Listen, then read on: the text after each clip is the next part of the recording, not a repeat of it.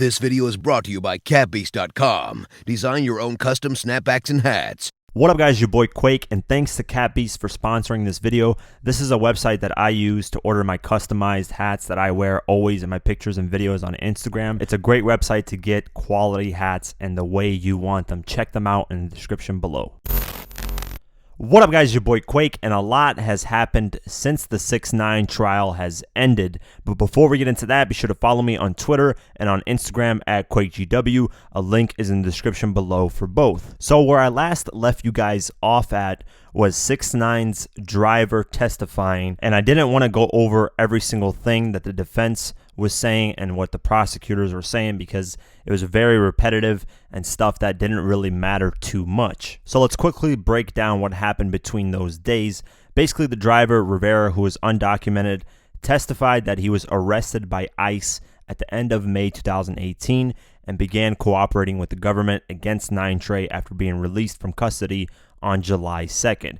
He basically was captured by ICE, said, hey, I'll cooperate with you guys if you guys don't deport me. So that's basically when he became an undercover informant. So the FBI was all over this 9Trey thing. They knew exactly what they were doing, and they knew that they were going to build a mountain of evidence against these guys. Then the driver just basically explained his side of the story of the robbery, which we basically saw on video. Then later that day, another cooperating witness came, which is Christian YB Cruz. This was a former 9Trey member that in May of 2018 decided to become an undercover informant.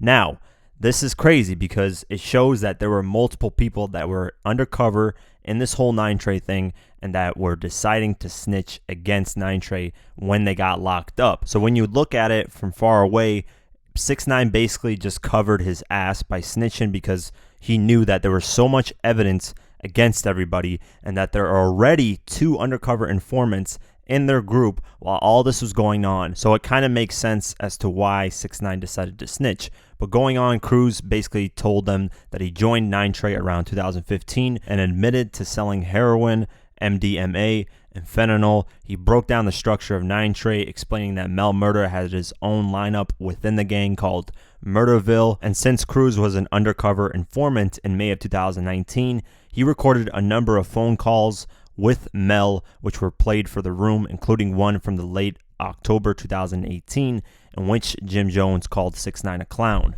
Cruz then also revealed that he had more phone calls that he recorded between Nuke Mac and a bunch of other 9Trey members, but most of the stuff relates to him and not 6ix9ine, so the outcome of this doesn't really matter too much. So that's why I'm not really going to go into full details of what happened.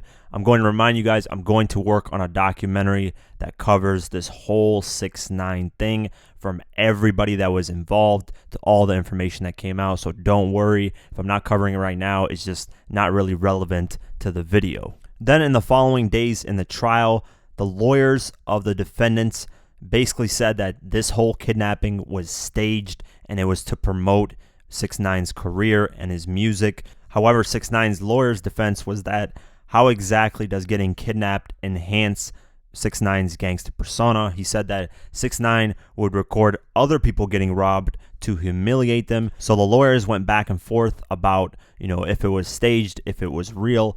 And then the jury finally decided that both of those guys were guilty. After 2 days of deliberation, the jury reached a verdict in the 6ix9ine 9Trey trial on Thursday afternoon, October 3rd. Defendants Anthony Harv Ellison and Elijah Mir Nuke Mac were found guilty of racketeering by being members of the 9Trey Gangsta Bloods. In addition, Ellison was found guilty of kidnapping the controversial rapper 6ix9ine in July 2018, and they're going to get sentenced in February. Mac will be sentenced on February 19th, and Ellison will be sentenced on February 26th. Since that trial closed up, 6ix9ine's lawyer decided to pursue the judge and ask him if they could move up 6ix9ine's sentencing date.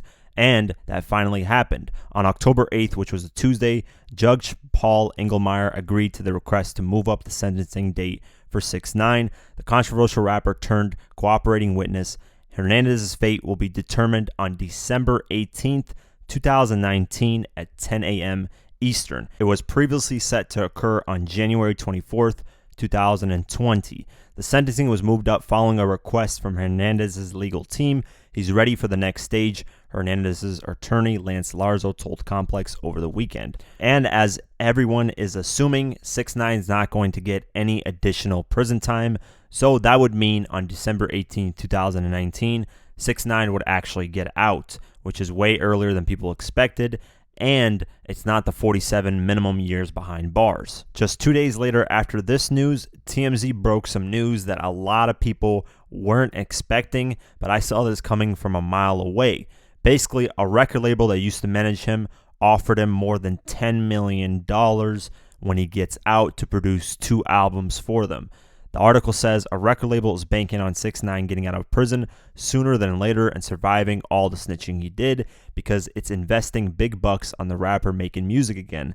Sources close to Tekashi tell TMZ he just cut a record deal worth more than $10 million with his former label, 10K Projects. Once 6ix9ine's a free man, our sources say he'll get the money in return for putting out 2 albums, one in English and one in Spanish. So basically $5 million per album, which is something I was expecting from a mile away because 6ix9ine's name has just gotten bigger and bigger because he's making headlining news everywhere. I mean, media outlets that don't even cover hip-hop are reporting on him because of all the crazy things, such as the gang activity and him testifying. It's something that we've never seen in hip-hop unfold like this. So he's gotten bigger, and when he gets out, it just makes sense that his music is going to blow up even more if it's hot like it was previously. And I'm sure 6ix9ine and his team is going to find a way to twist the narrative to the point where they're going to say, you know, it wasn't 6ix9ine's fault. He had to do what he had to do, you know, so on and so forth.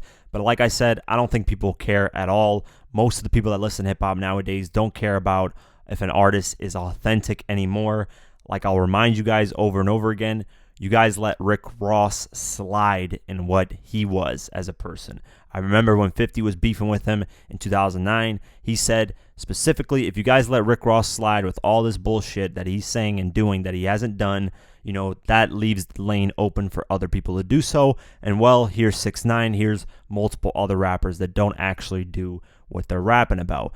But that doesn't really matter anymore. Hip hop has turned into pop culture. So with that being said, it's just entertainment at this point. You know, you have to look at it just for what it is, and it's just entertainment. Hip hop isn't no more that thing that was built, you know, from authenticity, unfortunately, but it just is what it is. And that's what happens when something gets big in pop culture.